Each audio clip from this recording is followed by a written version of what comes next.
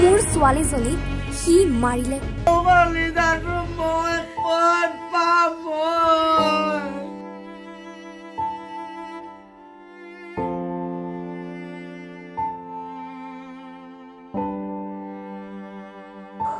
এগৰাকী মাতৃৰ হিয়া ভঙা কান্দোন।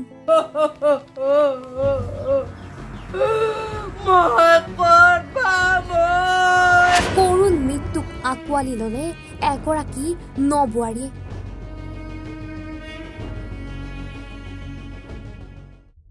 মানুহ ইমান নিষ্ঠুৰ কিয়? গাৰ পৰা মাহ হালধিৰ গোন্ধ নাযাওঁতে মৃত্যুক সাৱটি ললে শিৱসাগৰৰ এগৰাকী নবোৱাৰীয়ে। শিৱসাগৰৰ নিতাই পুখুৰীৰ জীয়ৰী পংখী সন্দিকৈৰ নামৰূপৰ ভাড়াঘৰত চিপ লৈ থকা অৱস্থাত মৃতদেহ উদ্ধাৰ কৰা হৈছে। সমগ্ৰ মুখমণ্ডলত আঘাতৰ চিন স্পষ্ট কৰা হৈছে।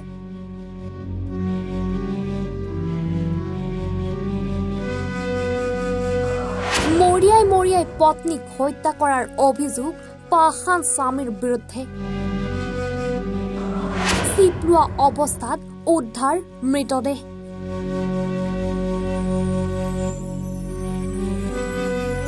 শিৱসাগৰ জিলাৰ নিতাই পুখুৰীৰ দুবৰিচিঙা গাঁৱৰ ভৈৰৱ সন্দিকৈ আৰু দীপিকা সন্দিকৈৰ কন্যা পংখী সন্দিকৈক যোৱা ৩ অক্টোবৰত বিয়া দিছিল সাপে খাতিৰ নীতিকেশ দাসলৈ। কিন্তু যোৱা শুকুৰবাৰে পুৱা পংখী সন্দিকৰ মৃতদেহ চিপ লোৱা অৱস্থাত নামৰূপৰ থাৰ্মেলৰ এটা কোৱাৰ্টাৰত উদ্ধাৰ কৰা হয়। পংখী সন্দিকক স্বামী নীতিকেশ দাসে মৰিয়াই মৰিয়াই হত্যা কৰি আত্মহত্যাৰ ৰূপ দিয়াৰ অভিযোগ। কান্দোনত ভাঙি পৰিছে পিতৃ মাতৃ।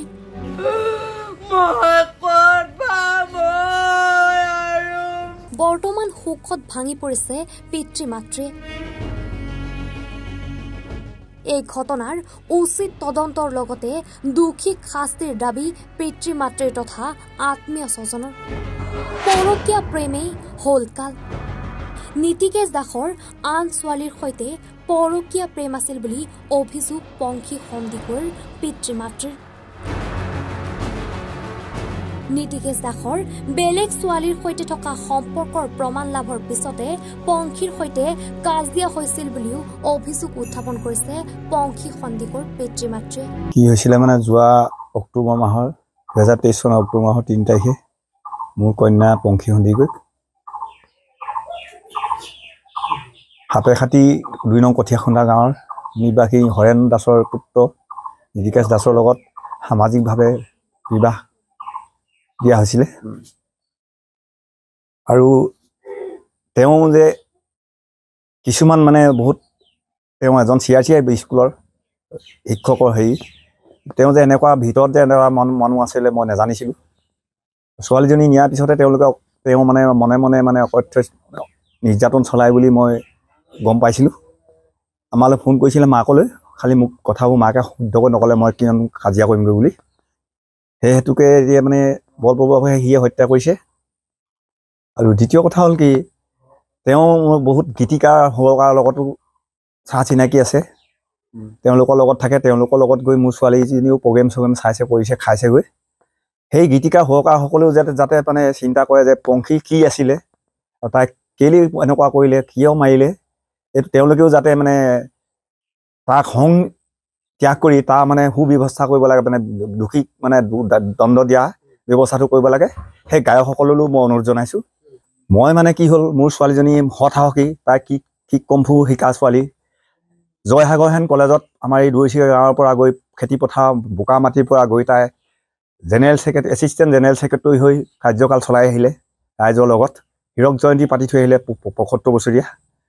এই তাত ৭৫ বছৰীয়া হীৰক জয়ন্তীতে তাক সেই ল'ৰাজনক লগ পাইছিলে, সিও ইংৰাজীত আছিলে বুলি, ইংৰাজীত মেজৰ আছিলে বুলি তাকো মাতিছিলে প্ৰাক্তন ছাত্ৰ বুলি। সেনেকৈ চিনাকি হৈ 3 মাহৰ ভিতৰত তেওঁলোকে ভাল পোৱা পুৰি হৈ বিয়া সোমাইছিলে। কিন্তু এইটো হ'ব বুলি আমিও ভবা নাছিলোঁ। গৈ চালোগৈ, মুখত গালত হাতৰ আঙুলিৰ ছাপ আছে আৰু চুইচাইড কৰা মানুহক ডিঙিটো ঠেলি থাকিব লাগে এইডোখৰত আছে। আৰু তাৰ বিপৰীতে ৰছীডাল লগাই থাকিলে মানুহৰ এইডোখৰ কাউৰীটো নেফাটে ইয়াত ফাটি দাঁতটো এইটো চাইডৰ দাঁত এটা ভাগিছে সেইটো সম্ভৱ ঘোচা মাৰিছে আৰু কপালত কোলা চিন আছে মানে সম্ভৱ বিচনাত নহ'লে পকাত মানে ৱালত খুন্দা মাৰিছে কাৰণ গ'লে তেওঁলোকৰ কোৱাটাৰ আৰু তেওঁলোকৰ কোৱাটাৰটো ক'ত আছিলে মই কোৱাটাৰটো দেখিও নাই পোৱাগৈ এতিয়া সদ্যহতে মই কালিলৈ যাম বুলি ভাবিছোঁ মানে আমি দোষী উচিত শাস্তি হ'বই লাগিব আৰু ভৱিষ্যত প্ৰজন্মৰ ভৱিষ্যতৰ আমাৰ কন্যাবোৰে যাতে এনেকুৱা নৰপিশাচক ভাল পায় বা বিয়া ধুনীয়াকৈ সোমাই হ'লেও স্বামী বৰণ কৰি ভৱিষ্যত প্ৰজন্মখিনিক যেন শেষ কৰিব নোৱাৰে তেহেঁতৰ লিখীয়া মানে নৰপিশাচ এটাহেঁতে মদ খাই লৈ এনেকৈ দিনত হেৰি কৰি ৰাতি বেলেগ এটা ৰূপ দেখুৱায় সেইটো দৃষ্টান্তমূলক শাস্তি দিব লাগে সেয়ে প্ৰাৰ্থনা আৰু ভৱিষ্যত প্ৰজন্মৰ মোৰ কন্যাসকল যিসকল আমাৰ অসমবাসী যিখিনি কন্যা আছে সকলোখিনিয়ে যাতে চাই চিতিয়ে বিবাহ পাশত আবদ্ধ হয় সেইটোকে মই অনুৰোধ জনাওঁ ছোৱালীজনী মোৰ উপংকী সন্দিকৈ তাই 3 অক্টোবৰত বিয়া হৈছে 23 এতিয়া ইয়াত 24 মে 3 তাৰিখে 6 মাহ হৈছেহে তাই সাপে হাতী 2 নং কঠীয়াখুন্দা গাঁৱৰ নীতিকেশ দাস হৰেশ দাস আৰু দেৱযানী বৰুৱা দাসৰ একমাত্ৰ পুত্ৰ নীতিকেশ দাসৰ সৈতে বিয়া হৈছিলে তাই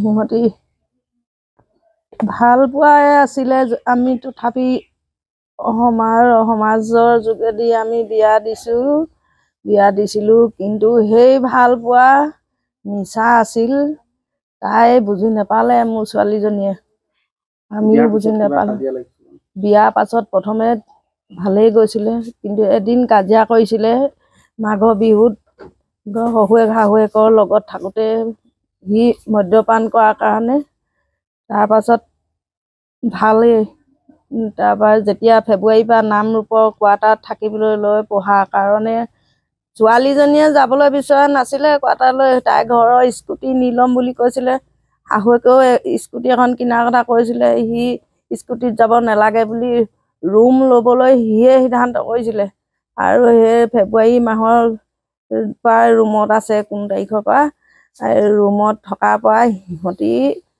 এটা কথাত খুটুক খাটাক লাগিছে তাৰ বেলেগ ছোৱালীৰ লগত সম্পৰ্ক আছে এদিন মোক জনাইছিলে মই কৈছোঁ তই দেখিছিলি নি প্ৰথম দিনা তাই দেখা নাই কিন্তু মোবাইল চুবলৈ নিদিয়ে মোবাইলটো লুকুৱাই থয় তেনেকৈ কৈছিলে মই সন্দেহ কৰি পেলাই কাজিয়া নকৰিবি বুলি ক'লোঁ তাৰপাছত ভাল এই কেইদিনমানৰ পাছত মোক আকৌ কৈছিলে মা মই আজি এনেকৈ কাজিয়া কৰিছোঁ লগৰ ছোৱালীজনীৰ ওচৰত আছোঁ মই আজি মেছেজখিনি দেখিছোঁ বেয়া মেছেজ কোনোবা ছোৱালীলৈ লিখিছে মই পঢ়িছোঁ আৰু মেছেজখিনি তাই মোবাইলত স্ক্ৰীনশ্বট মাৰি থৈছোঁ বুলি কৈছে মোক কিন্তু তাই দেখাবলৈ সুবিধা নাপালে আৰু সেইদিনৰ পৰা মোক আকৌ খালি কোৱা নাই লাগি আছোঁ বুলি তাই খালি কৈছিলে মই ঘৰত যাই দীঘলীয়াকৈ থাকিম এবাৰো থাকিবলৈ দীঘলীয়াকৈ পোৱা নাই তাৰপৰা সিদিনা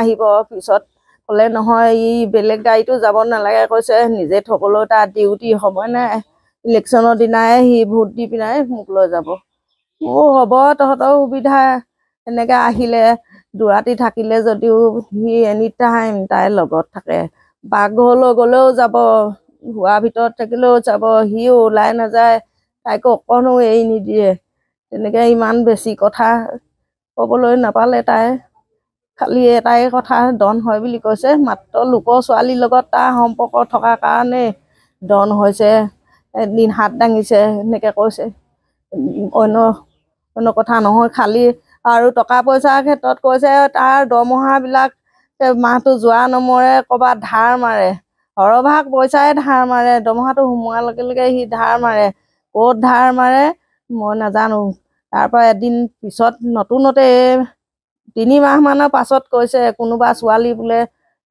আগতে ভাল পোৱা লেট্ৰিন বাথৰুমলৈকে বনাই দিছিলে সেইবোৰ ধাৰ মাৰে এতিয়া তই আগতে নাজানিলি শুন কৈছোঁ তই কি কৰিবি একো নহয় দিয়া ধাৰবোৰ মাৰি থাকক আৰু সি এনেকৈ বুলি কৈছে তাই ইনকম সেই বুলি ক'লে তাৰপৰা কিন্তু তাইক টকা পইচাৰ অভাৱ দিয়া নাছিলে তাইক চাগে মৰমৰ অভাৱ দিলে আৰু সিহঁতি ডন লাগিছে মোক মই জনাত অকল লোকৰ ছোৱালীৰ লগত তাৰ সম্পৰ্ক থকাটোৱে এতিয়া মোৰ ক'বলৈ কি আছে মোৰ এডোখৰ মঙহ খাই পেলালে সি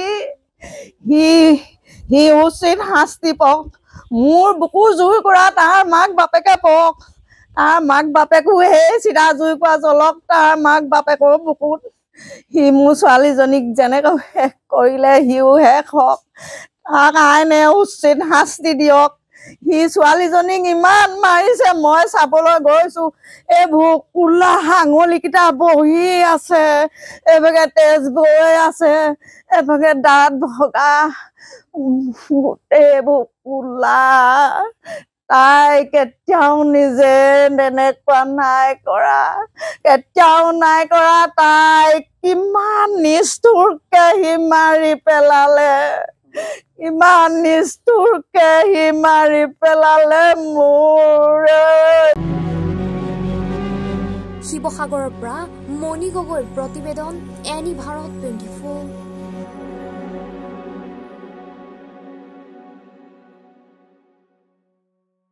Join BSc Nursing and GNM at St. Martha Institute of Nursing, Guwahati under SM Group of Institutions.